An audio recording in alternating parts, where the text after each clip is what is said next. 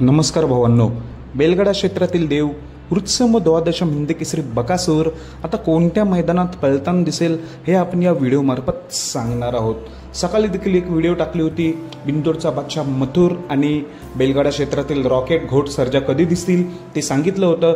घोट सर्जा दिसणार आहे 7 सप्टेंबरला आणि मथुर दिसणार आहे 10 सप्टेंबरला। आता राहिला आपला बेलगडा क्षेत्रातील देव। सर्वजण कमेंट करू लागले की बकासूर आता कोणत्या मैदानात, तेच सांगण्यासाठी व्हिडिओ बनवतोय। तर भावांनो, तर कालच आपल्याला बकासूर गट्टेवाडी मैदानात पळताना दिसला होता, दुर्गासोबत तिथे सेमीला पराभव झाला होता। आता 4 दिवसाचा आराम असणार आहे, म्हणजेच काय 4 दिवसाच्या गॅप नंतर 7 सप्टेंबरला आपला बकासूर मौजे काजड मैदानात पळताना दिसणार आहे। मौजे काजडमध्ये बकासूर 7 सप्टेंबरला 100% पळताना दिसेल आणि घोट सर्जा देखील येतोय काजड मैदान गाजवायला 7 सप्टेंबरला। तर अशी होती अपडेट आपल्याला। आता बकासूर 4 दिवसाच्या गॅपनीत दिसणार आहे 7 सप्टेंबरसाठी काजड मैदानासाठी। बकासूरला शुभेच्छा। धन्यवाद भावांनो।